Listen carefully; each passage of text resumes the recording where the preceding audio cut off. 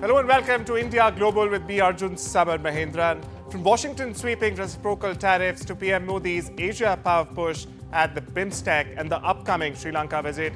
It's a packed Thursday here, but first, here are the headlines. Trump announces massive tariffs impacting 185 countries as global stock markets fall after Trump's latest tariffs. Trump imposes 26% reciprocal tariffs on India. New Delhi's first response to Trump's sweeping tariffs. Government carefully examining implications of Trump's measures. PM Modi arrives in Bangkok for the 6th BIMSTEC Summit. India and Thailand ink 6 pacts in maritime security, IT and other sectors. The death toll rises to over 3,000 from Myanmar earthquake. Conditions may worsen with unseasonal rainfall predicted.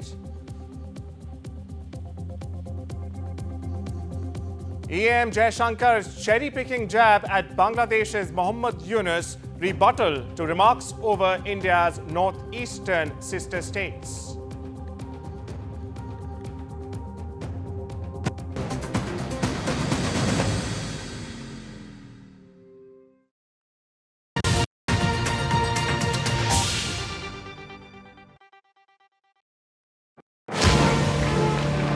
April 2nd, 2025. In a few moments, I will sign a historic executive order instituting reciprocal tariffs on countries throughout the world.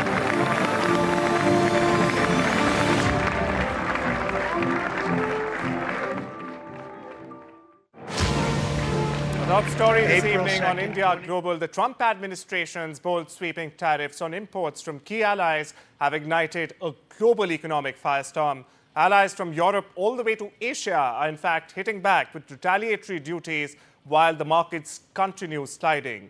Investors fleeing US stocks, fearing a crisis. Tariffs as well could spike prices up to 54%. That's right, up to 54% on everyday goods, shaking industries from auto to retail. The ripple effect? Well, consumer wallets squeezed, supply chain shattered, and global trade teetering on the edge. This is not just a trade war, it's proving to be a tectonic shift in the world economy. And to decode the fine print of these so-called discounted Trump tariffs, Alexander Slater joins us from Washington, D.C. He's the Managing Director of Global Policy Forecasting and Strategy firm Capstone and the former MD of US-India Business Council. We're also joined by Mr. Rajiv Arya, Baker Tilly ASA India's National Accounting and Business Support Head. Thank you so much for taking out the time, gentlemen. On to you, Mr. Slater. How do you assess the long-term impacts of Trump's reciprocal tariffs, especially on India's trade relationship with Washington? Also, do you see this as a temporary challenge, or is it more of a structural shift altogether? Thanks so much for the question and for having me on to discuss this very important topic today. It's unclear the endurance of this initial move by the Trump administration. Yes, it's true that they have imposed a blanket 10% tariff across 185 countries. It's also true that about 60 of those countries have tariffs above that rate. And while the president has discussed that these tariffs are the result of unfair trade practices, whether they be tariffs or non-tariff trade barriers, it appears that the science, or at least the analysis behind how the administration came to impose specific tariffs on these 60 countries had nothing to do specifically with these trade measures, but had to do with the trade deficit that the United States has in terms of goods with those countries. So as we think through this, it's important to decode what's actually happening here. It seems that the Trump administration has imposed tariffs on countries that are half the rate of the trade deficit, the percentage of the trade deficit that exists between the United States and the other country. And so in India's case, for example, they only looked at the goods trades deficit, and then they divided that by the exports to the United States and came up with the number of 52%, and then divided that by 2 to apply this 26% rate across goods exported from India. Now, again, it's also important to note that these don't come into effect until actually April 9th. The blanket 10% tariff comes on April 5th, and the ultimate reciprocal tariffs come in on April 9th. And so there is time between now and then for India, as well as other countries, to make moves that may allow President Trump or may convince or persuade President Trump to reduce that amount. So it remains to be seen how enduring this will be. And it certainly looks like, if you take the calculation behind these ostensible reciprocal tariffs at face value, that one way to do that would be by taking steps in the immediate week to reduce the trade deficit. That's in fact a very important point you raised, Mr. Slater. There is always, there seems to be some wiggle room as the tariffs don't kick in till the 9th of April. But we also know that with Donald Trump, it's always advisable to be prepared for the worst. In fact, taking this to Mr. Arya, what steps should Indian businesses take to mitigate the financial impact of these tariffs if they come to pass? Which does not really seem to be the case in the Trump 2.0 administration, Mr. Arya. Please.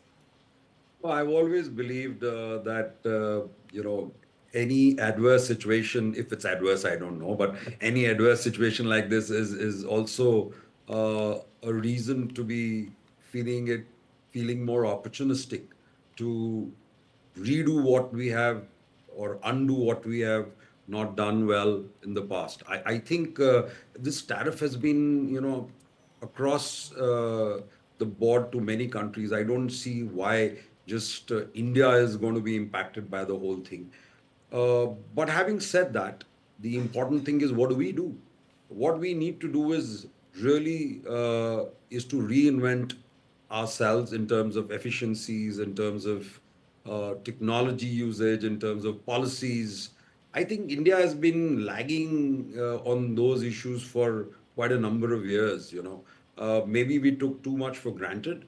And with the world having moved on, this is just an alarm bell to say that it's time to just redefine and redo our strategies to get on top of things and be there, that we can absorb these kind of costs very easily. Now, be it about technology, new markets, incentives, get our small and medium enterprises to flourish. All those are measures which are really going to go a very long way to make India very competitive. And as far as these tariffs are concerned, I think they are not going to be there for long. If one president can come and do it, there could be another president who could undo it. But having said that, let's prepare that that doesn't happen. And what do we need to do to fight this? I think we can do a lot. Very interesting point you raised there. We need to rethink and reshape our policy approach. I'll take that to Mr. Slater. Mr. Slater, now Trump's announcements we've been seeing heavy disruptions worldwide, in fact, in supply chains. Now, what steps are countries and companies actually taking to minimize these risks and also maintain their competitive edge in global markets? So I just refer to something I was also talking about earlier.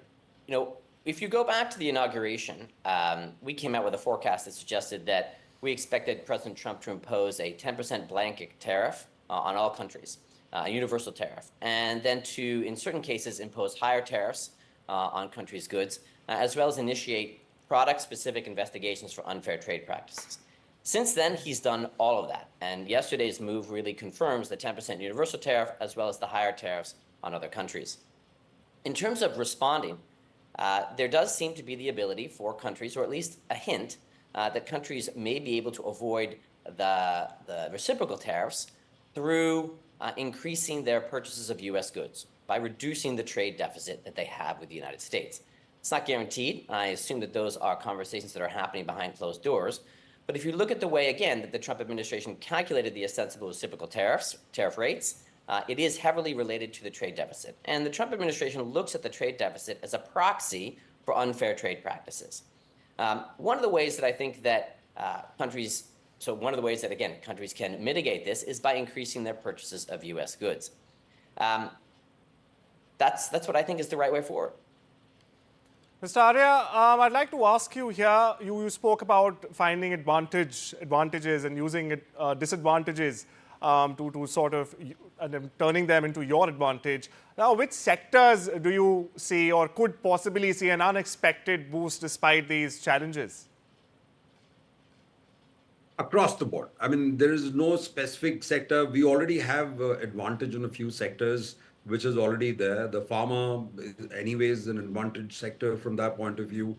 But across the board, I would say, I mean, there is no end to what can be done across the sectors.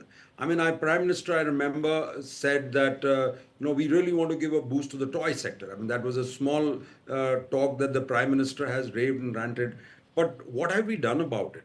We have not done anything about it. Like that, if I keep adding and counting endless amount of things that we can do, because the amount of resources we have, the amount of talent we have, the amount of ability we have, the advantages as a manufacturing unit. Advantages all around in all sectors, says Mr. Arya. All sectors. I'll need to move on due to paucity of time, but one very quick question for both of you. Do you think that the tariffs will actually be imposed? Will they kick in on the 9th of April? Mr. Slater, quick reply from you. Will they or will they not? It all depends on what India does behind the scenes over the next week. Mr. Arya, what do you think? Yes, for a short while. Thank you so much. Thank you so much for joining us, gentlemen. Now, moving on. Let's dive deeper into Trump's tariffs shaking up the global scene. The Department of Commerce is on high alert, meticulously analyzing the ripple effects of these Trump's latest trade moves. Keeping in view of the Viksit Bharat vision, the department is also in fact working very closely with key players from Indian industry leaders to even exporters, gathering critical insights on how these tariffs could in fact impact them. They're not just playing defense. Officials are also on the lookout for fresh opportunities that could emerge from this bold shift in U.S. trade policy. For more on this, NDTV's Himanshu Shekhar brings us the latest. Himanshu, what's the latest you're picking up? We saw a press release by the Ministry of Commerce come in only last hour. What's the latest and what can we expect? Well, I just spoke to a senior Commerce Ministry official just a few minutes ago, and he said that there are a couple of things which are very important to understand how India actually assesses the impact of the reciprocal tariff that has been imposed. The first thing he said was the fact that in the executive order issued by US President, in clause 4, there is a provision that if a country against whom the reciprocal tariff has been imposed, if it addresses the concerns of the United States in terms of addressing the questions that US has with regard to a tariff that has been fixed in a certain sector, then the US President has the right to actually revisit the tariff rates, and US President can in fact authorize a reduction in the reciprocal tariff that has been imposed. India is confident that so far it is in fact in a very unique position now as far as the bilateral trade agreement talks are concerned. India is the only country which is now in talks with the US for a bilateral trade agreement, and Commerce Ministry sources are telling us that bilateral trade agreement talks are a very important platform to address the concerns both India and US have with regard to the tariff issue. India also has some concerns about some of the non-tariff barriers that US has imposed, and India is confident that all these apprehensions that Trump administration has with regard to the imposition of high tariffs by India will be addressed through these talks, and India is hopeful that by September most of these differences on the tariff will be resolved. So at the moment, India officially is saying that we are studying the implications, but officials tell us that we are confident that the concerns that Trump administration has will be addressed through these talks that we are having towards the bilateral trade agreement. And secondly, the US President, of course, is authorized under Clause 4 of the executive order that if India addresses the concern that US has with regard to the tariff issue, then the US President is authorized to actually reduce the reciprocal tariff. So we have keeping the fingers crossed, but at the moment, India, of course, is confident as far as dealing with or addressing the concerns on the tariff front with the US is concerned. Well, thank you so much for that. Keeping the fingers crossed. The world's actually keeping the fingers crossed. With that, it's time to dip into a short break. We'll be right back.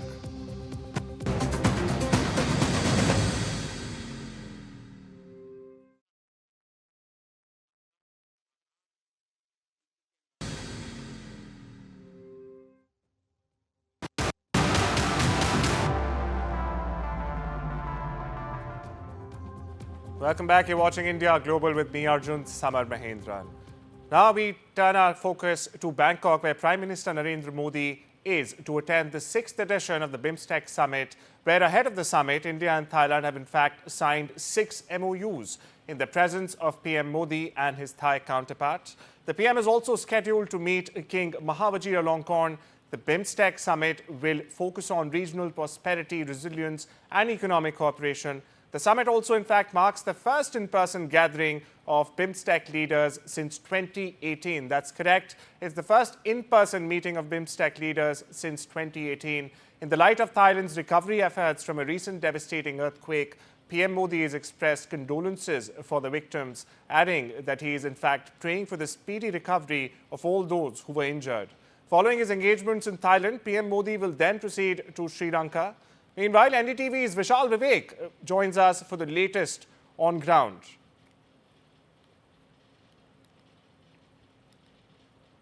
Vishal, India and Thailand have signed 6 agreements in various fields. Now, these include IT, maritime, MSME, handicrafts, and even the handloom sectors. What more can you tell us about these agreements on the sidelines, at the sidelines of the BIMSTEC Summit?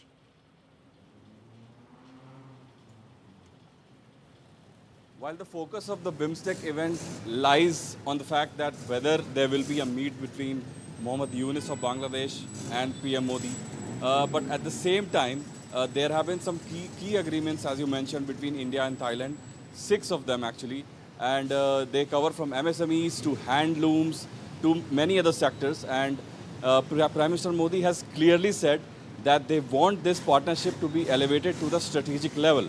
So that is a very strong statement coming from India. They want to deepen the ties between the countries. And they've highlighted, Prime Minister Modi has highlighted that there are some cultural threads connecting both the countries that go way back beyond like 3,000 to 4,000 years. He has given the instance of Ramayana, which has its Thai version as well. And the same Ramayana was displayed in front of Prime Minister Modi today. So a lot of cultural engagements as well, as far as the, and also the fact that there were 6 agreements signed. So all of that has been happening, and the big meeting is also expected to happen. Vishal, very interesting you mentioned Ramakien. For perspective viewers, it's the Thai version of Ramayana. These cultural ties are very important, be it this, the recital of Ramakien or the Prime Minister, in fact, going to the earthquake site and offering his condolences. Vishal, can you elaborate on the significance of these cultural exchanges in strengthening India-Thailand relations, and especially how PM Modi has been driving them forward? Exactly. That's exactly right, Arjun. So in the last 3 to 4 years, there have been a lot of these instances, a lot of these initiatives where Prime Minister Modi has gone to a foreign country and, exhibited what are the, depths and what are the significances of the rich cultural heritage that India possesses, and has always highlighted the common threads, such as the one when we talked about Ramayana. So just about today, I'll give you a list of things that happened when Prime Minister Modi met the Indian diaspora there. So there was an event of Garba from Gujarat. The local Thai community chanted some mantras. The Sikh community gifted a memento with Golden Temple. Navjar mantras for Jain community was cited. And a Gita was gifted by the ISKCON community. So a slew of cultural heritage exchanges happened when PM Modi met the Indian diaspora here, highlighting the fact that the Asian diaspora is quite connected, as the at least 100-year-old saying goes, that Asia is deeply connected at all levels. Thank you and so much. Earlier I spoke with one of the leaders of the Indian diaspora community, so let's listen in. With one of the leaders of the Indian diaspora here in Bangkok and one of the leaders of the gems and jewelry industry in the city. Let's go and speak with him, because right now he met with the PM here and learned about his experiences. So, can you tell me your name? I'm Atul Jogani, President of the Indian Thai Diamond and Colorstone Association. With me is all my diamond traders with here. Sakesh is our director.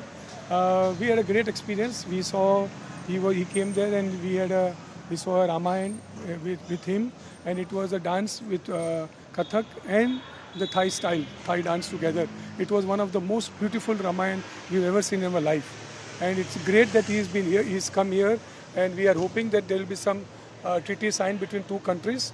We are the biggest importers of. We make 30% of imports from India.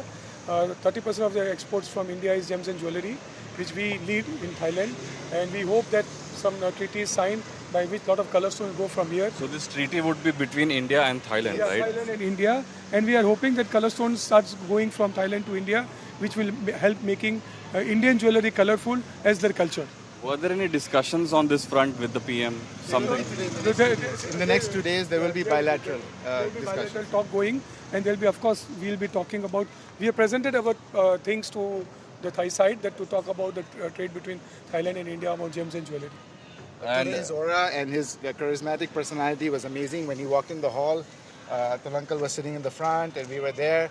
We felt the energy. You know, he had a lot of work last night, from what we heard, and amazing energy he had.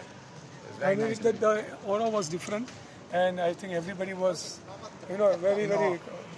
We don't know what to speak, how to describe about it. Okay, so thanks a lot. Thank you. Well, that was my colleague Vishal Vivek, who's been getting us updates ever since last Friday when the devastating earthquake took place. Moving on, but staying with the BIMSTEC Summit, External Affairs Minister Jaishankar has delivered a sharp rebuttal to Bangladesh's chief advisor Yunus days after his described India's northeast landlocked and sister states positioned Bangladesh as the guardian of ocean access for the region.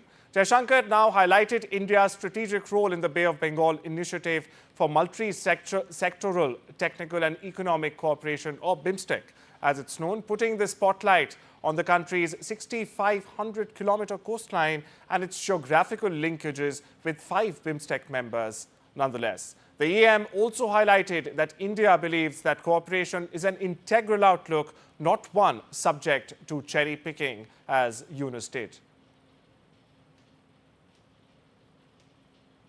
And sticking with the nation, the death toll from a devastating 7.7 magnitude earthquake that struck Myanmar nearly a week ago has surpassed 3,000 as search and rescue efforts continue and teams recover more and more bodies. The quake, one of the strongest in the nation's history, has left a trail of destruction in its wake, demolishing numerous buildings and critical infrastructure. Now, according to a statement from the ruling military junta, approximately 4,715 people have been injured, while 341 individuals remain unaccounted for even to this day. Now, the disaster has overwhelmed the country, compounding the challenges faced by survivors and relief workers alike. Conditions may worsen further as weather officials have forecasted unseasonal rainfall from Sunday all the way through the 11th of April, posing yet another threat to the hardest hit regions. Now, this could significantly also hinder massive relief efforts which are already underway. Well, that's all we have for you this Thursday. We'll see you on Monday. Take care and have a wonderful weekend.